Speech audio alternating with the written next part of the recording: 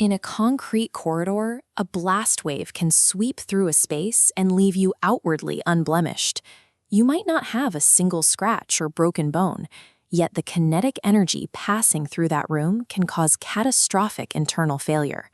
This counterintuitive reality is the hallmark of primary blast injury, or PBI. These invisible forces bypass your external tissues to strike the body's most delicate internal architectures. The Blast Overpressure Protocol version 2.0 translates complex biomechanics into a specific mandate for your safety.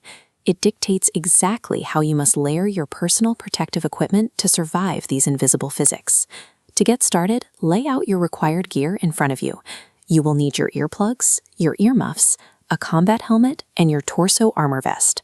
Understanding and accurately applying this overlapping shield is the difference between walking away uninjured and suffering permanent, hidden neurological devastation. Step 1. Insert your earplugs to ensure a tight seal, and then immediately place your earmuffs directly over them. This double protection mandate is a strict baseline requirement for any environment where overpressure reaches the 62 kilopascal threshold. Looking at this diagram of the human ear canal, you can see exactly why. As the standard pressure wave enters the opening, the canal acts as a natural acoustic resonator. Watch the data counter. The physical structure of the ear amplifies the ambient pressure by a factor of up to 4.1 by the time it reaches the tympanic membrane.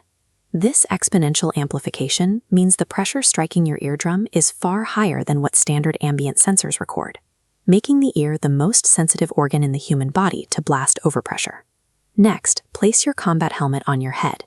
Carefully adjust the chin strap so that it securely holds the helmet without breaking the tight seal of your earmuffs. In this configuration, your combat helmet operates as an essential neurological shield, absorbing and reflecting kinetic energy before it transmits through the skull. In auditory blast exposure trials, this twofold approach was the only configuration shown to eliminate damage to the central auditory system. The helmet reflects the blast wave's energy before it can apply pressure directly to the brain regions associated with hearing. Now, don your protective vest. Rigorously tighten the side and shoulder straps until the armor sits perfectly flush against your chest wall. This flush fit is crucial because of the physics of lung injury, which is governed by a lethal 17-fold difference in the compressive speed of sound between the outside air and your internal organs. This line graph illustrates the thoracic speed trap. Outside the chest, the wave velocity flatlines at a subsonic 340 meters per second.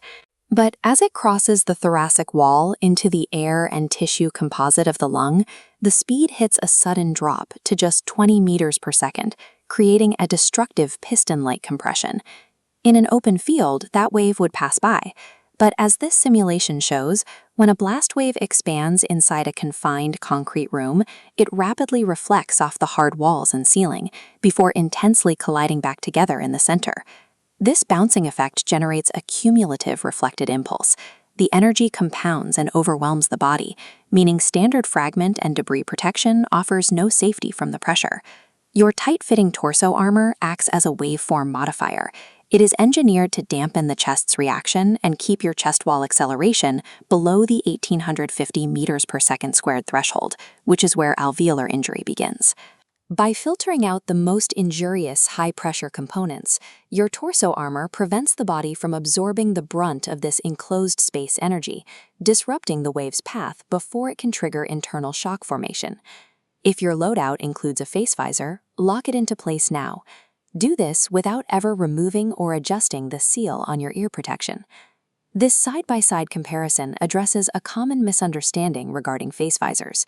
On the left, you can see how a blast wave effortlessly flows around the edges of a visor and channels directly into an exposed ear canal. On the right, the wave reflects safely off a fully sealed helmet and earmuff configuration. Because the wave navigates around flat barriers, visors are strictly for fragmentation defense.